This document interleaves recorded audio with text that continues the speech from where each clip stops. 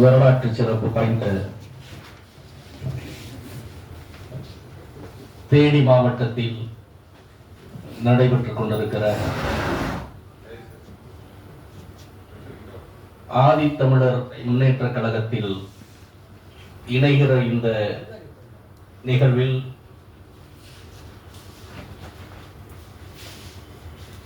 முன்முயற்சி எடுத்து இந்த நிகழ்வை வழிநடத்திக் கொண்டிருக்கிற மரியாதைக்குரிய அண்ணன் வீரபாண்டியன், அவருக்கு உற்ற துணையாக இருக்கின்ற மதுரை வீரன் ஈஸ்வரன், அண்ணன் தீப்பொறி அரசு உள்ளிட்ட எதிரில் அமர்ந்திருக்கின்ற உங்கள் அனைவருக்கும் எனது முதற்கண் வணக்கம். அந்த நாகராசன் அவர்களுடைய தலைமையை ஏற்று ஆதித்தமிழர் முன்னேற்ற கழகத்தில் இணையும் விழா என்று சொல்லுவதை விட தேனி மாவட்டத்தில் இருக்கக்கூடிய எனது தொப்புள் கொடி உறவோடு நான் இணைகிறேன் என்று சொன்னால் அது பொருத்தமாக இருக்கும். ஏனென்றால் உங்களுக்கும் எனக்குமான உறவு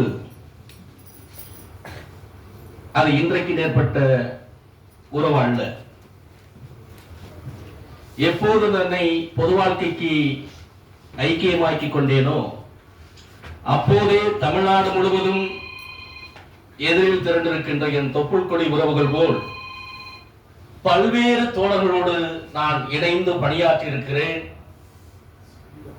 அவர்களோடு இன்ப துன்பங்களில் ஒன்றாக இணைந்து செயலாற்றி இருக்கிறேன்.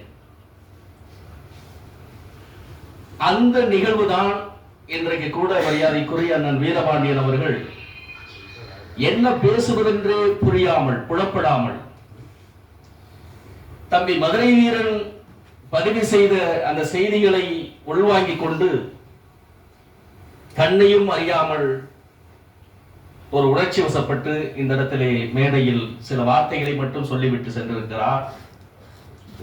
பொதுவாகவே எனக்கு தெரிந்து தேனி மாவட்டம் என்று சொன்னால் தேனி மாவட்டத்தினுடைய ஐகான் வீரபாண்டியன் தீப்பொறி அரசு என்பதை யாராலும் மறுக்க முடியாது. ஒரு 2 நிமிடம் கூட பேசியிருக்க மாட்டார் அண்ணன். தீப்பொறி அரசு அவர் குரல் இந்த அரங்கத்தையே அப்படி அதிர வச்சுச்சு. ஏன்னா நான் பார்த்து வியந்திருக்கிறேன். அதற்கு முன்பு அவருடைய பெயர் தீப்பொறி ராசு என்று சொல்லுவார்கள். நான் தான் அவரை நீங்க ராசு அல்ல, இந்த தீப்பொறியின் அரசே நீங்கள் தான் என்று அவருக்கு நான் அந்த பெயரை சூட்டினேன் அன்போடு. உண்மையா? அப்பேற்பட்ட இந்த வரலாற்று சிறப்பு மிக்க நிகழ்வில் பங்கேற்று எனக்கு முன்னதாக சுருக்கமாக தங்களுடைய கருத்துக்களை பதிவு செய்து மேடையிலும் எதிரிலும் அமர்ந்திருக்கின்ற மரியாதைக்குரிய கழகத்தின் பொதுச் செயலாளர் வழக்கறிஞர் ஆனந்தன், கழகத்தின் பொருளாளர் முல்லையரசு, தலைமை நிலைய செயலாளர் தம்பி கோவை இனியவன், அதே போன்று கொள்கை பரப்பு செயலாளர்கள் தம்பி சத்திரப்பட்டி முருகன், விருதுநகர் எஸ்கே பழனிசாமி மற்றும் தென் மண்டலத்துடைய பொதுச் செயலாளர் பாசத்திற்குரிய தம்பி கபீர் நகர் கார்த்திக், கழகத்தின் அமைப்பு செயலாளர் மரியாதைக்குரிய தலித் ஐயனார், அதே போன்று மகளிரணி தலைவியாக வருகின்ற தலித் செல்வி, செயலாளர் மரியாதைக்குரிய சாந்தி அவர்கள், அதே போன்று இங்கு வந்து பாரதியார் போல் கவிதை போல் 2 வரையில் முழங்கி சென்றிருக்கின்ற பாரதிதாசன், தம்பி ராஜா, அதே போல அண்ணன் தீப்பொறி அரசுடைய வாரிசுகள், எதிரில் திரண்டிருக்கின்ற என் உறவுகள் தம்பி ஈஸ்வரன் உள்ளிட்ட அனைவருக்கும் இந்த நேரத்திலே நான் எனது பாராட்டுதலை தெரிவித்துக் கொள்கிறேன். அவர் சொல்றாரு கலைக்கண்ணன் கலைக்கணும், கூட்டத்தை கலைகட்ட வச்சது அவர் எப்படி அவர் இல்லாமடா. பொதுவாகவே ஆதித்தமிழர் முன்னேற்ற கழகத்தில் தம்பி பொதுச் செயலாளர் வழக்கறிஞர் ஆனந்தன் அவர்கள் குறிப்பிட்டது போல் இந்த கழகத்தை தொடங்குகிற போது ஈரோடு மண்ணில் தந்தை பெரியார் பிறந்த மண்ணில் வீரத்தாய் குயிலியுடைய நினைவு நாளில் தொடங்கப்பட்டதுதான் இந்த அமைப்பு. அப்படி தொடங்கப்பட்ட போது ஒரு குறிப்பிட்ட நபர்கள் மட்டுமே இருந்து இயக்கத்தை வழிநடத்தினர். எங்கள் மீது எத்தனையோ அவதூறுகள், ஏச்சுக்களும் பேச்சுக்களும். அம்பேத்கரியம் என்ற கொள்கையை உள்வாங்கியவர்கள் எப்படி ஒரு சனாதன பார்ப்பனை சித்தாந்தக்குள் ஆட்படுவார்கள் என்கிற புரிதல் கூட இல்லாமல் இவர்களை எப்படி வீழ்த்த முடியும் என்று முடிவெடுத்து எல்லோரும் கங்கணம் கட்டிக்கொண்டு பொது தளங்களில், சமூக வலைத்தளங்களில், பொது மேடைகளில் நாகராஜனை பற்றி விமர்சனம் செய்வதற்கு கரம் கோர்த்தவர்கள் தலைவர்கள் மட்டுமே 10 பேர். அப்படியெல்லாம் கடந்து வருகிற போது முதலாக ஆதித்தமிழர் முன்னேற்ற கழகத்தில் இணைந்தால் நம்மையும் சங்கி என்று சொல்லிக் விடுவார்களோ. தம்பி சத்திரப்பட்டி முருகன் கூட ஒரு செய்தியை கோடிட்டு சொன்னார். புத்தம் சரணம் கச்சாமி, சங்கம் சரணம் கச்சாமி, தம்மம் சரணம் கச்சாமி என்கிற 3 முழக்கத்திற்கு சொந்தக்காரர் கௌதம புத்தர். அவர்தான் இந்த மண்ணில் சங்கி என்று அழைக்கப்பட்டவர். சங்கம் வைத்து இங்கு இருக்கக்கூடிய மக்களை சமத்துவ சமூகமாக படைத்தவர் கௌதம புத்தர். ஆகவேதான் பாபா சாஹேப் அம்பேத்கர் அவர்கள் தன்னுடைய முகப்பில், அரசியல் சட்டம் எழுதுகின்ற அந்த நூலுடைய முகப்பில் 3 வரிகளை கோடிட்டிருக்கிறார். சமத்துவம், சகோதரத்துவம், சுதந்திரம் என்ற ஜனநாயக கோட்பாட்டை முன்னிறுத்துவார். அதில் இறுதியாக அம்பேத்கர் சொல்லுவார், இந்த 3 வார்த்தைகளும் இந்த ஜனநாயக கோட்பாட்டை நான் வேறு எங்கிருந்தும் எடுக்கவில்லை. அவர் சொல்லுவதை நீங்க புரிஞ்சுக்கணும். வேறு எங்கிருந்து என்றால் மார்க்சிய சித்தாந்தத்திலிருந்து நான் எடுக்கவில்லை, வேறு எந்த சித்தாந்தத்திலிருந்தும் எடுக்கவில்லை, நான் எடுத்தது கௌதம புத்தரிடமிருந்து எடுத்தேன் என்று அவர் பதிவு செய்கிறார். அப்பேற்பட்ட தலைவன் தான் காவிக்கு சொந்தக்காரன், ருத்ராட்சத்திற்கு சொந்தக்காரன், சங்கி என்ற அந்த முழக்கத்திற்கு சொந்தக்காரன் கௌதம புத்தர். அம்பேத்கர் அவர்கள் இந்திய நாட்டுடைய வரலாற்றை குறிப்பிடுகிற போது ஒரே வரியில் சொல்லுகிறார், இந்திய நாடு வரலாறு என்பதை தொகுக்க வேண்டும் என்று சொன்னால் அது ஒரு வரியில் சொல்லிவிடலாம், ஆரிய பௌத்த மோதல் தான் இந்திய நாட்டுடைய வரலாறு. ஆரியர்களுக்கும் பௌத்தர்களுக்கும் நடந்த யுத்தம் தான் இந்திய நாட்டுடைய வரலாறு. இதை நான் சொல்லவில்லை. உலக நாடுகளை போற்றுகின்ற மாபெரும் பல்கலைக்கழகத்தில் அந்த பல்கலைக்கழக நூல்களை எல்லாம் முழுமையாக படித்தவர்கள் 2 பேர். எங்கே? லண்டனில். அந்த 2 பேரில் ஒருவர் தான் பாபா சாஹேப் அம்பேத்கர் என்ற மாபெரும் அறிஞர் நமக்கு சொல்லி சென்றிருக்கிறார். அந்த பல்கலைக்கழகத்தில் 2 புகைப்படம் தான். ஒன்று கார்ல் மார்க்ஸ், இன்னொருவர் பாபா சாஹேப் அம்பேத்கர்.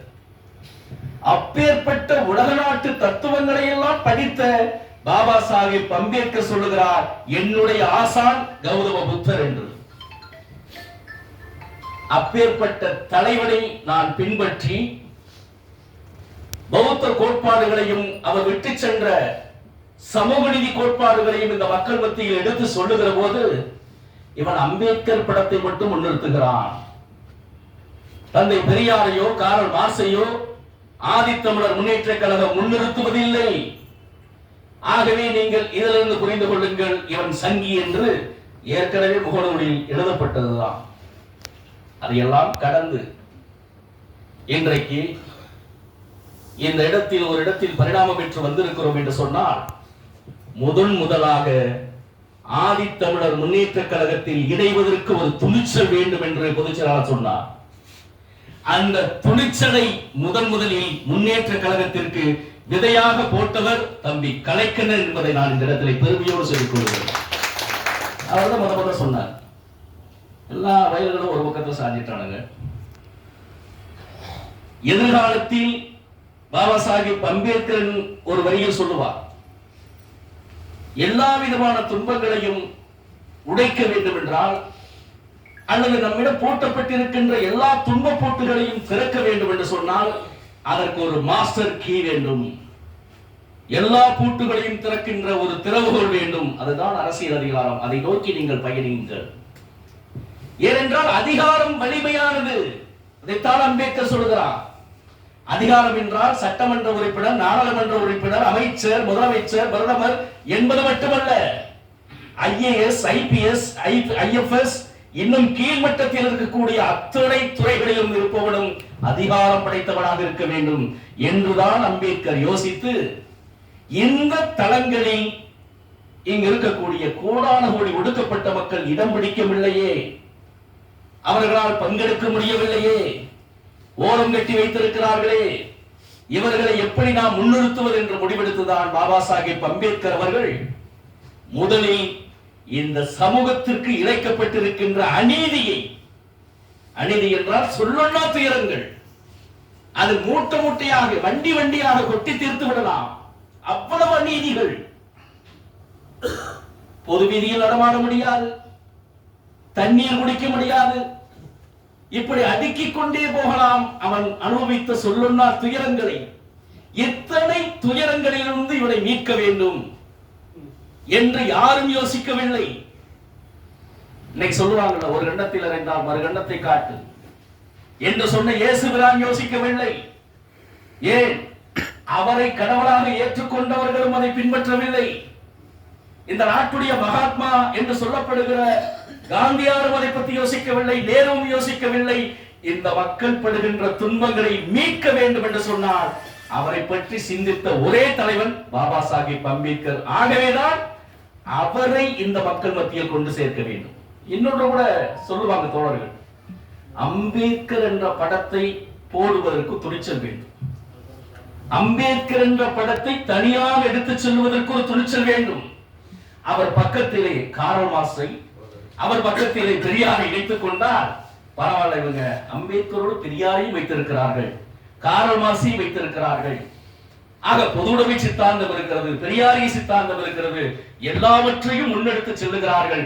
ஆகவே இவர்களை நாம் எல்லோரும் அரவணைத்துக் கொள்ளலாம் என்று ஒரு பாதுகாப்பு வளையத்திற்காகத்தான் பெரியாரையும் மார்க்ஸையும் இவர்கள் உடன் சேர்த்துக் கொண்டார்களே தவிர அம்பேத்கரை தனியாக எடுத்து செல்வதற்கு எவருக்கும் துணிச்சல் இல்லை. நான் சொல்லுவேன், அம்பேத்கருக்குள் பெரியார் அடக்கம், அம்பேத்கருக்குள் கார்ல் மார்க்ஸ் அடக்கம், அம்பேத்கருக்குள் தான் அத்தனை தத்துவார்த்த தலைவர்களும் அடக்கம். ஏன் என்று சொன்னார், அம்பேத்கர் அத்தனை தலைவர்களையும் வாசித்தவர்.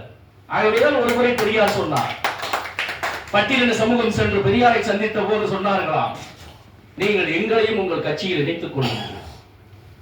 அதற்கு தந்தை பெரியார் சொன்னார், இல்லை இல்லை, உங்களுக்கென்று ஒரு தலைவர் இருக்கிறார், மராட்டிய மண்ணில் பிறந்திருக்கிறார், மராத்வாடா என்ற பகுதியில் பிறந்திருக்கிறார், அவர்தான் பாபா சாஹேப் அம்பேத்கர் என்று உங்களுக்கான தலைவர் என்பது மட்டுமல்ல, அவர்தான் எனக்கும் தலைவர் என்று சொன்னவர் தந்தை பெரியார்.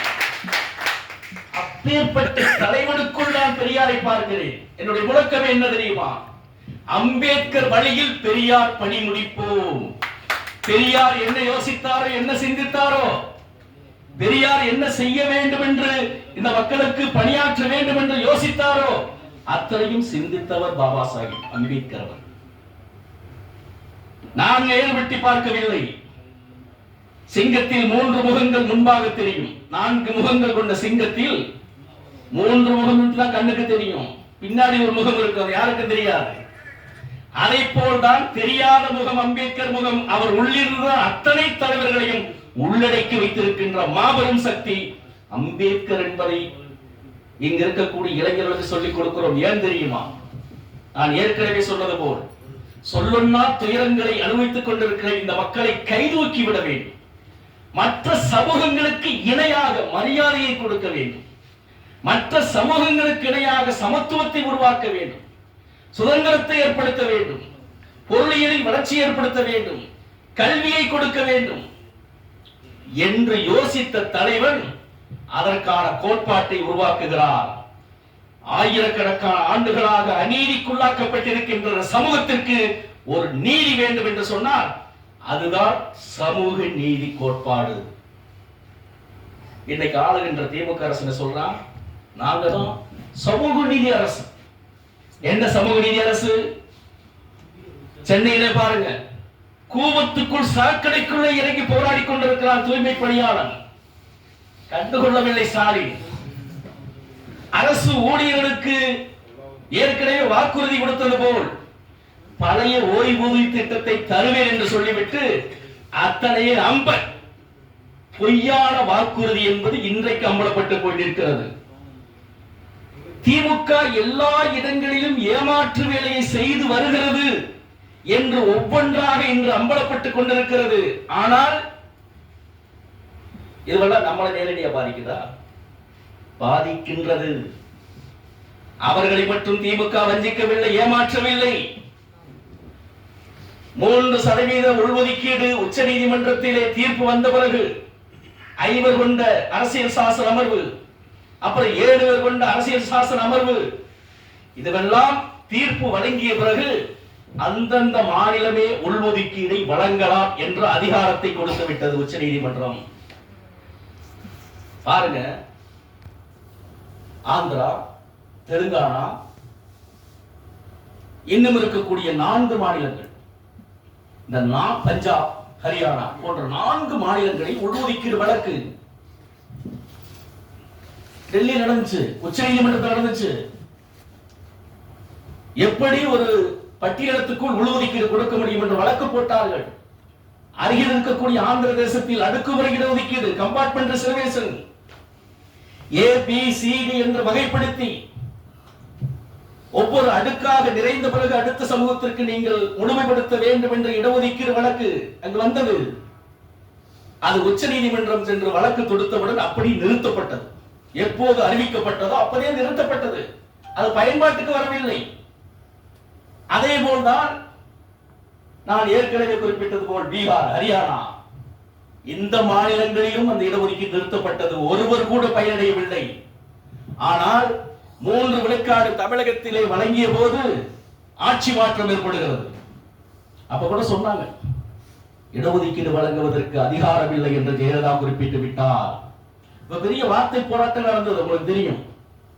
இவர் அருந்துரை மக்களை ஏமாற்ற பார்க்கிறார் என்று சொன்னவுடன் கலைஞர் ஒரு அறிக்கை கொடுத்தார். என்ன தெரியுமா? நான் பாதிக்கப்பட்ட மக்களுக்கு அறுசுவை விருந்து படைக்க நினைக்கிறேன். கலைஞர் எழுதிய அந்த கடிதம் இன்றைக்கும் பத்திரிகை செய்தியிலே இருக்கிறது. அருந்துய சமூகத்திற்கு இடஒதுக்கீடு வழங்குவதற்காக நான் மாபெரும் விருந்தை படைக்க நினைக்கிறேன். அந்த விருந்தில் விஷத்தை கலக்க பார்க்கிறார் ஜெயலலிதா என்று அன்றைக்கு அறிக்கை கொடுத்தார் கலைஞர். அது உண்மையாகவே என்ன தெரியுமா? ஜெயலலிதா சொன்னது உண்மை. என்ன சொன்னாங்க? இந்திய அரசியல் சட்டம் வழங்கி இருக்கின்ற இந்த அதிகாரத்தை பயன்படுத்தி அல்லது சட்ட விதிகளை பயன்படுத்தி மத்திய அரசுடைய ஒப்புதல் பெறாமல் ஒவ்வொரு மாநிலமும் தனியாக ஒரு சமூகத்திற்கு இடஒதுக்கீடு வழங்க முடியாது. அரசியல் சட்டம் அதை ஏற்றுக்கொள்ளாது. சட்டத்தில் வழிவகை இல்லை என்று அறிக்கை வைத்தார். ஆனால் 4 வரி செய்திகளை வைத்து பிரச்சாரம் செய்தார்கள். அந்த அறிக்கை கொடுத்த பிறகுதான் மரியாதைக்குரிய கலைஞரை சுதாரித்துக் கொண்டார். மரியாதைக்குரிய ஜெயலலிதா அவர்கள் சாதாரணமானப்பட்டவர்கள் அல்ல, அறிவில் புலமை வாய்ந்தவர்கள், சமூக நீதி கோட்பாட்டை என்னை விட தெரிந்தவர்கள். ஆகவே இதை கொஞ்சம் ஆய்வு செய்ய என்று வல்லுநர்களை அழைத்து கலைஞர் ஒரு குழுவை அமைத்து ஆய்வு செய்ய வைத்தார்கள். அப்போதுதான் அந்த குழு கலைஞரிடம் சொன்னது உண்மைதான். மத்திய அரசுடைய ஒப்புதல் பெறாமல் ஒவ்வொரு மாநிலங்களும் தனியாக இடஒதுக்கீடை வழங்க முடியாது. அப்படி வழங்கிய ஆந்திராவில் பறிக்கப்பட்டது, ஹரியானாவில் பறிக்கப்பட்டது. இது உண்மைதான், ஜெயலலிதா சொல்றது உண்மைதான் என்று சொன்ன பிறகுதான் கலைஞர் சுதாரித்துக் கொண்டு, கொஞ்சம் கவனிக்கணும் என் அருமை சமூகமே, இளைஞர்களே, 3 விழுக்காடு இடஒதுக்கீடு கலைஞர் வழங்கியது உண்மை, மாற்று கருத்து கிடையாது. அப்படி சொன்ன பிறகுதான் கலைஞர் யோசித்து என்ன செய்யறாருன்னா, உள்ஒதுக்கீடு கொடுக்க முடியாது, மாநில அரசுக்கு உரிமை இல்லை. தனியாக அவர்களுக்கு கொடுக்கலாமா? அதற்கும் உரிமை இல்லை. அப்ப என்ன செய்யலாம்? ஒரு 18 பேர் வரிசையில் நிக்கிறாங்க. நல்லா கவனிக்கணும், 18 பேர் கியூல நிக்கிறாங்க. 18 என்பது பட்டியலினத்தினுடைய இடஒதுக்கீடு. 18 பேர் வரிசையில் நிற்கிறாங்க. வரிசையில் இருக்கின்ற நபர்களில் 3 அருந்ததிகளை கொண்டு வந்து முன்னாடி நிப்பாட்டு. இதுதாங்க இப்ப வழங்கப்பட்டிருக்கின்ற இடஒதுக்கீடு. புரியுதுங்களா? அப்ப என்னன்னா, எஸ்சி ஏன்னு போட்டு பிரிபரன்சியல் அப்படின்னு ஒரு பிராக்கெட்ல ஒரு வார்த்தை போட்டிருப்பாங்க, பார்த்திருப்பீங்களா? பிரிபரன்சியல்னா முன்னுரிமை. 18 விழுக்காட்டில் 3 விழுக்காடு முன்னுரிமை இடஒதுக்கீடு என்பதுதான் இதனுடைய பொருள். அப்படி என்றால் உள்ஒதுக்கீடும் அல்ல, தனி ஒதுக்கீடும் அல்ல, இது முன்னுரிமை இடஒதுக்கீடு, அவ்வளவுதான். ஆகவே இப்படி வழங்கிவிட்டால் சட்டம் அதை தடுக்காது என்பதை உணர்த்திய காரணத்தினால், யார் உணர்த்தினார்? மரியாதைக்குரிய ஜெயலலிதா அவர்கள் உணர்த்திய பிறகுதான் சிந்தித்து இதை உள்ஒதுக்கீடாகவும் வழங்காமல் தனி ஒதுக்கீடாகவும் வழங்காமல் முன்னுரிமை ஒதுக்கீடாக மரியாதைக்குரிய கலைஞர் அறிவிப்பு செய்தார். இதுதான் இடஒதுக்கீடு வரலாறு. சரி, அது போகட்டும். நான் ஏற்கனவே சொல்றது போல இந்த 3 விழுக்காடு வழங்கிய பிறகு அதிமுக ஆட்சி மாறும். உண்மையாகவே ஜெயலலிதா எதிர்ப்பு தெரிவித்திருந்தால் அதை ரத்து செய்திருப்பார்களா மாட்டார்களா? ரத்து செய்யவில்லை. அதிமுக ஆட்சி இருந்த 10 ஆண்டுகளும் ஏறக்குறைய ஆண்டுக்கு ஒரு முறை 80 பேர் 90 பேர் மருத்துவர்களாக வந்தது உண்மை. பல்லாயிரக்கணக்கில் பொறியாளர்கள் வந்தது உண்மை. ஆந்திராவில் நிறுத்தப்பட்டது, அங்கே எதுவும் நிரப்ப முடியல. பஞ்சாப் ஹரியானாவில் நிரப்ப முடியல. ஆனால் தமிழ்நாட்டில் அதிமுக இருந்த 10 ஆண்டுகளிலும் நடைமுறையில் 3 விழுக்காடு இடஒதுக்கீடு இருந்தது என்பதுதான் உண்மை. இப்ப இருக்கிற இளைஞர்கள் புரிஞ்சுக்கு. ஏதோ அதிமுக அருந்ததியர் மக்களுக்கு எதிரான அமைப்பு, எதிரான கட்சி, இடஒதுக்கீடுக்கு எதிரான கட்சி என்றெல்லாம் தொடர்ந்து பிரச்சாரம் செய்கிறார்கள். நம்பிவிட வேண்டாம். ஏனென்றால் பாபா சாஹிப் அம்பேத்கர் உலகத்தில் படித்தவர் மட்டுமல்ல, இந்த நாட்டில் படித்தவனை விட படைப்பாளிகள் முக்கியம்.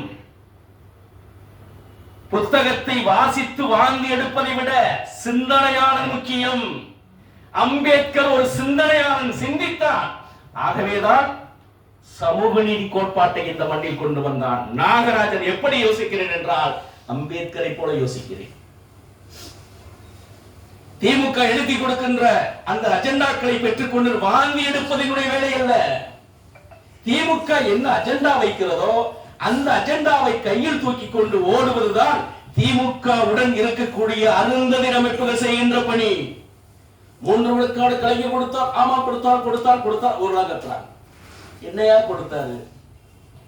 அதுல ஒரு ஓட்டை வர ஒரு வீட்டை கட்டி கொடுத்து 4 பக்கமும் வாசல்களை திறந்து வைத்து கதவு போடாம ஓபன் பண்ணி விட்டுறதா இப்ப இருக்கிற இடஒதுக்கீடு. யார் வேணா உள்ள வரலாம், யார் வேணா வெளியே போகலாம். 3 விழுக்காடுக்கு அருந்ததியர் மக்களின் இடம் இல்லையா? பறையர் உள்ளே வரலாம், பல்லரும் உள்ளே வரலாம். அது என்ன இடஒதுக்கீடு? இதுல பேக்லாக் வைக்க முடியாது. ஒருவேளை இந்த ஆண்டு வேலை வாய்ப்பில் நமக்கு ஒரு 100 இடம் ஒதுக்கப்படுகிறது. நம்மிடம் 50 பேர் தான் இருக்கிறோம். 50 பேர் போக மீதி 50 பெண்டிங் இருக்கணும். அது பேக்லாக்ல வைக்க முடியாது, வெயிட்டிங் லிஸ்ட்ல வைக்க முடியாது. பல்லரோ பறையரோ நிரப்பிக் கொள்ளலாம். இப்போது இருக்கக்கூடிய இடஒதுக்கீடு ஓட்டை போட்டு இடஒதுக்கீடு. இதுல யார் வேணாலும் வரலாம் போகலாம். இது என்ன முறை? இதை கேட்டா நாகராஜன் கொடுத்திருக்க இடஒதுக்கீடு விமர்சனம் செய்கிறார். ஏற்கனவே அருந்ததியர் மக்கள் கொஞ்சம் தான் ஜனத்தொகை இருக்கிறோம். கலைஞர் புள்ளிவிவரம் கொடுத்தார். எவ்வளவு? தமிழ்நாட்டில் வெறும் 14 லட்சம் பேர் தான். அப்புறம் அவர்கிட்ட சேர்த்து போட்டு 18. அவர் சொல்றாரு, வார்த்தையை கவனிக்கணும், கலைஞருடைய வார்த்தையை கவனிக்க வேண்டும். எப்படி பார்த்தாலும் 2.87 விழுக்காடு தான் அறிஞர் மக்களுக்கு கொடுக்க முடியும். ஆனால் இந்த கருணாநிதி அப்படி யோசிக்கவில்லை. அதை ரவுண்டா கொடுத்தேன். இப்படிங்க ரவுண்டா கொடுக்கிறாராம். இந்த சில்லற காசு சேர்த்து போட்டு ரவுண்டா கொடுப்பாங்க. அது மாதிரி 3 விழுக்காடு என்று பொத்தாம் பொதுவாக கொடுத்தேன் என்று சொல்லுகிறார். எண்ணிக்கையை குறைத்தார்கள், மக்கள் தொகை எண்ணிக்கையை குறைத்தார்கள். இடஒதுக்கீடு 6 விழுக்காடு கிடைக்க வேண்டியதை 3ஆக குறைத்தார்கள். பிற சமூகமும் இந்த இடஒதுக்கீடை அனுபவிக்கலாம் என்ற ஓட்டையை போட்டு விட்டாங்க. எத்தனை கோளாறுகளையும் உடைய இந்த இடஒதுக்கீட்டு முறையை இன்றைக்கு எதிர்த்து அத்தனை தலைவருக்கும் தெரியும். நான் சொல்ற விஷயங்கள் நீங்க எல்லாம் பேசுறீங்க மேடையில. நான் தலைவருடைய பெயரெல்லாம் குறிப்பிட மாட்டேன், யாரையும் குறைச்சு மதிப்பிட மாட்டேன். அவர்களுக்கு இருக்கக்கூடிய வாய்ப்பை பயன்படுத்தி இந்த சமூகத்திற்கு பணியாற்றி இருக்கிறார்கள். அதுதான் உண்மை. ஒரு பக்கம் பார்த்தா மார்க்சிஸ்ட் கட்சி சொல்லுது, அருந்ததியர் மக்களுக்கான இடஒதுக்கீடு நாங்கள் தான் பெற்று தந்தோம். அந்த மார்க்சிஸ்ட் கட்சி எப்படி பேச வைத்ததுக்கு ஒரு வரலாறு இருக்குது. மரியாதைக்குரிய எஸ்.கே. பழனிசாமி எங்க போயிட்டாரா அவருக்கு தெரியும். விருதுமாட்ட ரைட்டன்பட்டி என்ற ஒரு கிராமத்தில் ஒரு பையனை பீகாருக்கு அழைத்து சென்று அங்க இருக்கக்கூடிய கடலை மிட்டாய் தயாரிக்கிற கம்பெனியில வேலை செய்யும் போது மலத்தை அப்படியே வேலை செய்யும் போதே அவனுக்கு உடல் உபாதை ஏற்பட்டு மலத்தை அங்கே கழிச்சான். வேலை செய்யற இடத்துல.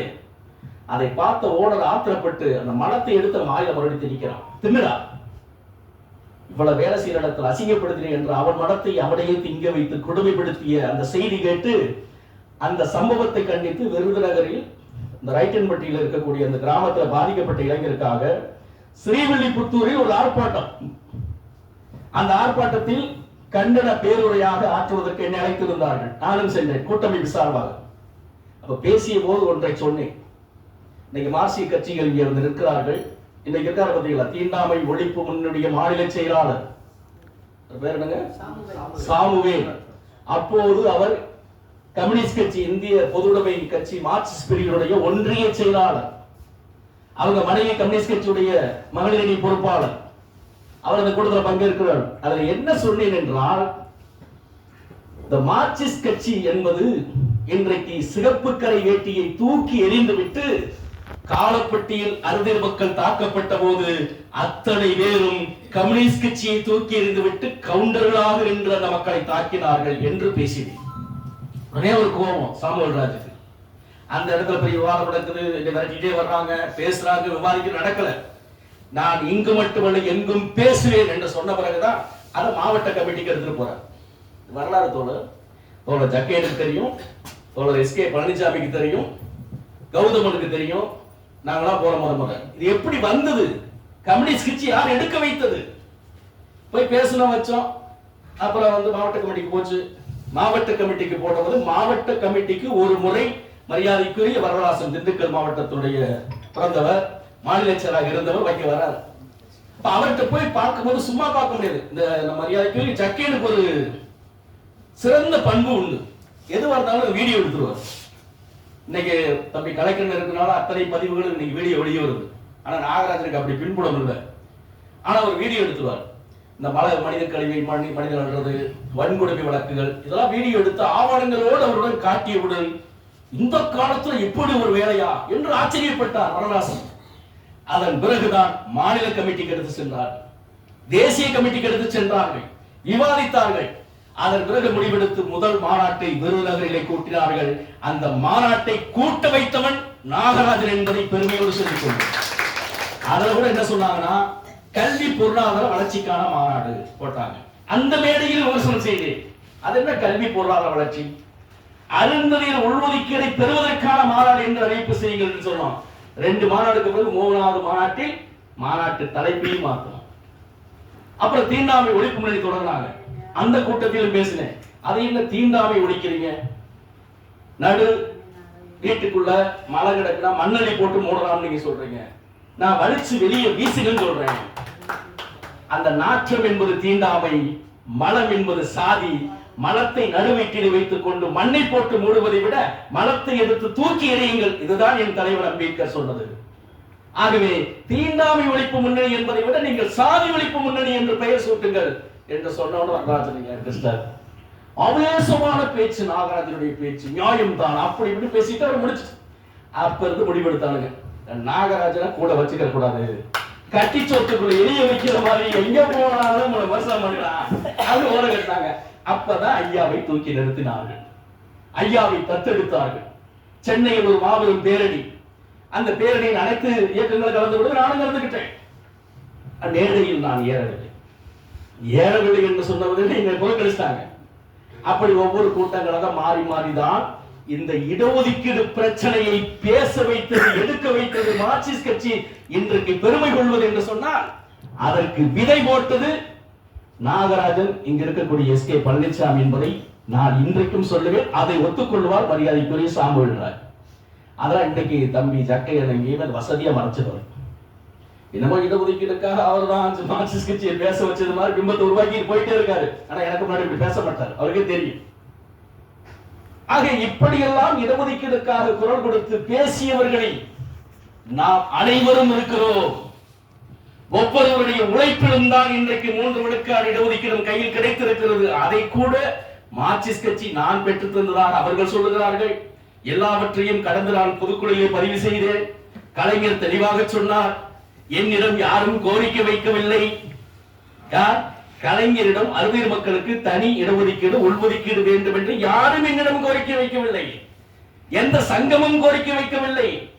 ஆனால் 25 ஆண்டுகள் 30 ஆண்டுகள் அண்ணன் தீப்பொறி ராசு வீரபாண்டியன் போன்றவர்கள் மைக்க பிடிச்சு போராட்டம் பண்ணி அத்தனை பேர் களத்தில் நின்னோம். ஆனா கலைஞர் சொல்றாரு, என்னிடம் யாருமே கோரிக்கை வைக்கல. திமுக தலைவர் கருணாநிதி கோரிக்கை வைத்தார், முதலமைச்சர் கருணாநிதி இடஒதுக்கீடை வழங்கினார், சொல்லி முடிச்சிட்டாரு. நானே கோரிக்கை வைத்து நானே செய்து கொடுத்தேன் என்று அருந்ததியர் சமூகத்தின் சார்பாக நடத்தப்பட்ட பாராட்டு கூட்டத்தில் அதை பேசினார்.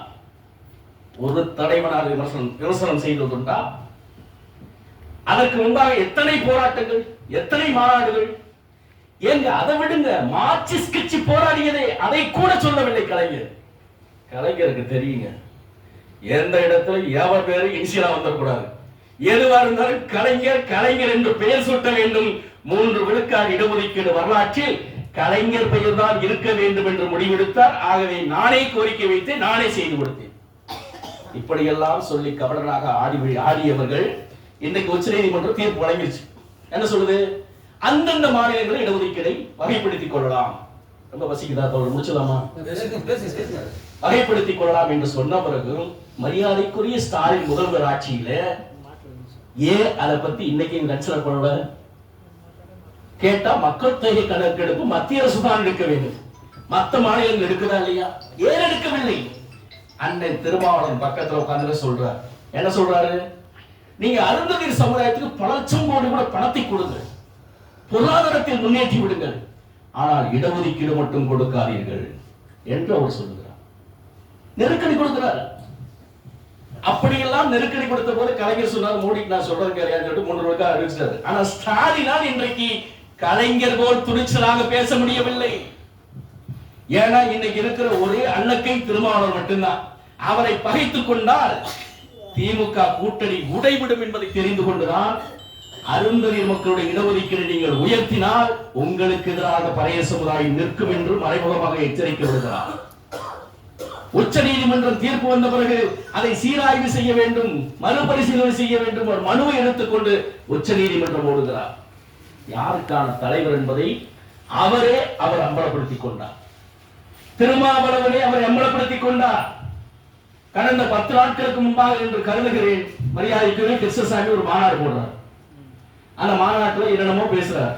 அதுல போற போக்கு ஒன்று சொல்றாரு, இந்த அருந்ததியர் மக்களுக்கு சாதி பேரை சொல்லாம சொல்றாருங்க, சாதி பேரை சொல்லாம ஒரு செய்தியை சொல்றாரு, நமக்கு இடஒதுக்கீடு கொடுத்தது மாபெரும் பிழையா, அதுக்காகவே திமுக தோற்கடிக்கணுமா பாருங்க. அப்படி என்றால் இன்றைக்கு அருந்ததியர்களை தவிர்த்துவிட்டு எவனாலும் அரசியல் செய்ய முடியாது என்கிற நிலையை எல்லா தலைவர்களும் சேர்ந்து உருவாக்கும். இது போதுமானதா? போதுமானதல்ல. இதை தாண்டி ஒன்று இருக்கிறது. சட்டமன்ற நாடாளுமன்றத்தை இந்த அருந்ததியர் தலைவர்கள் யாராலும் உள்ளே சென்று பார்த்து இருக்கிறார்களா? வேடிக்கை கூட பார்க்கல. அவர் எப்படி உள்ள போய் நாற்காலியில் உட்காராது? அரசியல் பழக வேண்டும், அரசியல் படிக்க வேண்டும். எல்லா படித்தாலும் அதிகாரத்திற்கு முதலில் நமக்கு ஆசை வர வேண்டும். அந்த ஆசை கொஞ்சம் கூட இல்லையே. நம்மளுக்கு அதிகாரத்தின் மீது ஆசை இல்லை, நிலத்தின் மீது ஆசை இல்லை. ஏங்க 2 ஏக்கர் நிலம் கொடுக்கறாங்களா? உச்சவரம் நிலம் வாங்க மனு கொடுக்கலாம். அட போய 2 ஏக்கரை வாங்கி நம்ம பாட்டு வெள்ளாம போட்டு அன்னைக்கு இது மழை வராம போச்சுன்னா, அது கருகி போச்சுன்னா என்ன பண்றது? நஷ்டமாயிடாது? அதை போலதான் சீட்டை வாங்கி நின்று தோத்து போயிட்டா போட்ட பணம் பூரா வேஸ்டா போயிடாது என்று யோசிக்கின்ற தன்மைதான் இன்றைக்கு இருக்கக்கூடிய தலைவருடைய மனப்பான்மை. தம்பி நமது பொதுச் செயலாளர் வழக்கறிஞர் அழகான ஒரு செய்தி சொன்னார். இதை மட்டும் இறுதியாக சொல்லி முடிக்கிறேன். இந்த வாய்ப்பு இன்னைக்கு கிடைச்சது இல்லைங்க. 2011 மரியாதைக்குரிய அப்போது அந்த தலைவர்கிட்ட இருந்தோம். சீட்டு கேட்டு கிடக்கிறோம். 15 நாள் சென்னையிலே தங்கியிருந்தோம். தங்கியிருந்து தினசரி ஏவாவோட வீட்டுக்கு படையெடுத்தோம், கேட்டோம். அவர் சொன்னார், இந்த முறை உங்களுக்கு சீட்டுக்கு வாய்ப்பு இல்லை, ஒருவேளை கொங்குநாடு மக்கள் தேசிய கட்சியுடைய தலைவர் ஈஸ்வரனுக்கு சீட்டு ஒதுக்கினால் உங்களுக்கு ஒரு சீட்டு ஒதுக்குறோம் என்று முடிவாகிவிட்டது. நாங்க வந்துட்டோம். அவருக்கு சீட்டு ஒதுக்கல, இங்கேயும் சீட்டு ஒதுக்கல. ஆனால் நோட்டு மட்டும் கொஞ்சம் உலக ஒதுக்கி கொடுத்தாங்க. அது குறிப்பிட்ட தலைவன் கையில் மட்டும் போய் சேர்ந்தது. எங்களை போன்ற தொண்டர்களுக்கெல்லாம் எதுவும் கிடைக்கவில்லை. பொறாமையில சொல்லவில்லை, அன்னைக்கு சொல்ல இன்னைக்கு காட்டி கொடுக்க கூடாது. எவ்வளவு அமௌண்ட் வந்ததுன்னு அமௌண்ட்டை வாங்கி கொடுத்தாரு. தம்பி உட்காந்துருக்காரு பொதுச்சிலவர், அதெல்லாம் வாங்கி கொடுத்தாரு. அவரு தம்பி முத்துகிருஷ்ணன், பட்டாசு கடை அதிபர் முத்துகிருஷ்ணன், 2 பேர் தான் அந்த மூட்டையை கொண்டு இறக்குனாங்க. யாரும் ஒரு சிறு பங்கீடு கூட கேட்டதில்லை. என் தலைவர் இந்த கட்சிக்காக எவ்வளவோ பணங்களை கொட்டி விட்டார், ஆகவே எடுத்துக் கொள்ளட்டும் என்று யோசித்தவர்கள் இந்த தொண்டர்கள். அப்படி நடக்க. அதை தாண்டி உளவு பிரிவு அழைக்குது, அவரை தான் அழைக்கிறாங்க. போற நானும் அவர் தான் போய் உட்காந்து பேசுறோம். அம்மா தோட்டத்தில் வெயிட் பண்றாங்க. தலைவர் கூப்பிட்டாங்க. குறைந்தபட்சம் 2 சீட்டு உங்களுக்கு ஒதுக்கப்படும் சொல்றோம். நாங்க அப்படியே தலகால புரியவில்லை, அப்படி பாய்ந்தோடி வந்தோம். ஒண்டி வீரன் கூட அவ்வளவு வேகமாக வந்திருக்க மாட்டான். வந்தோம், அப்படி வந்து சொன்னோம், தலைவா 2 சீட்டு தயாரா இருக்குது, வாங்க போய்ஸ் கார்டன் போகலாம், அம்மா எதிர்பார்க்கிறாங்க சொன்னோன்னே அப்படி நிமிர்ந்து பார்த்து சொன்னாரு, என்னங்க நினைச்சுக்கிட்டீங்க, நான் திமுக உறுப்பினர்னு சொன்னார்.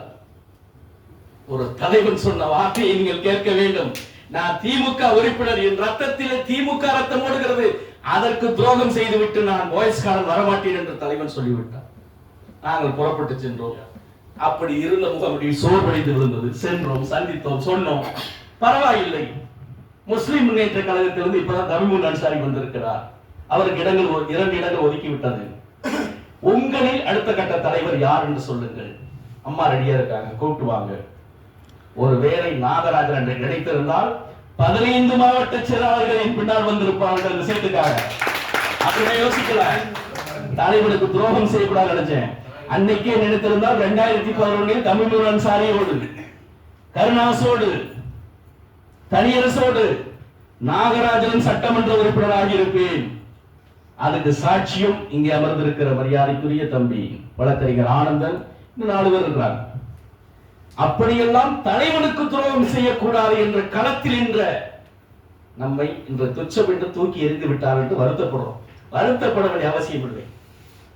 ஏனென்றால் இந்த சமூகம் என்பது பல்வேறு கரடுமுரடு பாதைகளை கடந்து வந்திருக்கிறோம். நாம் கடந்து வந்த பாதை என்பது பஞ்சுமத்தை விரித்த பாதை அல்ல, பல்வேறு கொடுமை என்ற காட்டாற்று வெள்ளத்தை கடந்து வந்தவர்கள் நாம். நம்மளை இனிமே எவனால் எதிர்க்க முடியுமா? இன்னைக்கு வீரபாண்டியன் என்ற வரலாற்று சிறப்பு மிக்க ஒரு தலைவர் நமக்கு கிடைத்திருக்கிறார். நான் அன்னைக்கே சொன்னேன், மதுரை வீரன் பேரு வச்சாரு, கோளாறு இருக்குமே கேட்டேன். என்ன கோளாறு? ஆமா, வீர சமுதாய பெண்ணை கல்யாணம் முடிச்சிட்டாரு. எப்படி அன்றைக்கு அந்த மதுரை வீரன் எப்படி திருமணம் முடித்தாரோ அதே போல இந்த மதுரை வீரனும் வேறுசாலை பண்ணி திருமணம் முடித்திருக்கிறார். என்ன ஆச்சரியம்! பொதுவாகவே மதுரை வீரன் என்றால் அவன் சமூக நீதி போராடிங்க, கடவுள் இல்லை. அவனுக்குதான் தெரியும். இங்க கள்ளர்களை பிடித்து சிறைப்படுத்திய பிறகு கள்ளர்களா சேர்ந்து மதுரை என்ற கோரிக்கை வச்சாங்க.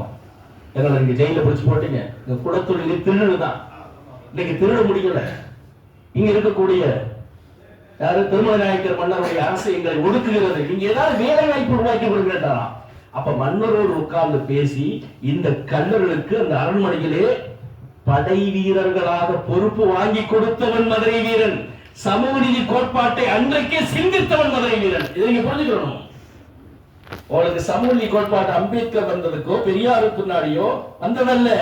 மதுரை வீரன் காலத்திலே இடஒதுக்கீடை பிற சமூகத்திற்கு கொடுக்க வேண்டும் என்று வலியுறுத்திய அந்த மரபு வழி வந்தவர்கள் அருந்ததிகள் தான்.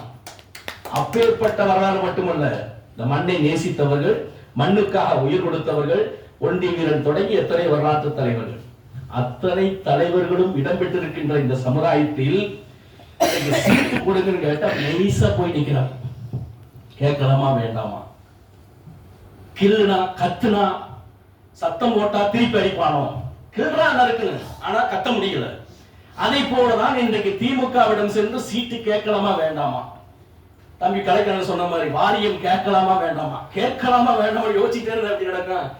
நாகராஜன் 2026 அனைத்து இந்திய அண்ணா திராவிட முன்னேற்ற கழகத்தில் சீட்டு பெறுவேன், சட்டமன்ற உறுப்பினராக எழுதி வைத்துக் கொள்ளுங்கள்.